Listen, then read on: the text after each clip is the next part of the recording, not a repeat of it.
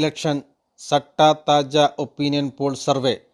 തമിഴ്നാട്ടിലെ വിവിധ ജില്ലകളിലായി വിവിധ മുന്നണികൾക്ക് വിജയസാധ്യതയുള്ള സീറ്റുകൾ. തമിഴ്നാട്ടിലെ പ്രധാന സഖ്യകക്ഷികളായ BJP, AIADMK സഖ്യമായ NDAയും DMK കോൺഗ്രസ് സഖ്യമായ ഇന്ത്യ സഖ്യവും തമ്മിലാണ് പ്രധാന മത്സരം നടക്കുന്നത്. തമിഴ്നാട്ടിലെ ആദ്യത്തെ ജില്ല നീലഗിരിയാണ്. നീലഗിരി ജില്ലയിൽ 3 സീറ്റുകളാണുള്ളത്. 3 സീറ്റുകളിൽ 1 സീറ്റ് AIADMK സഖ്യവും 2 സീറ്റുകൾ വരെ DMK സഖ്യവും നേടാനാണ് സാധ്യത. അടുത്ത ജില്ല പുതുക്കോട്ടയാണ്. പുതുക്കോട്ടയിൽ 6 സീറ്റുകളാണുള്ളത്.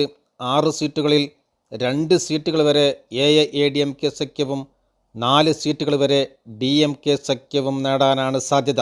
അടുത്ത ജില്ല കന്യാകുമാരിയാണ്. കന്യാകുമാരി ജില്ലയിൽ 6 സീറ്റുകളാണുള്ളത്.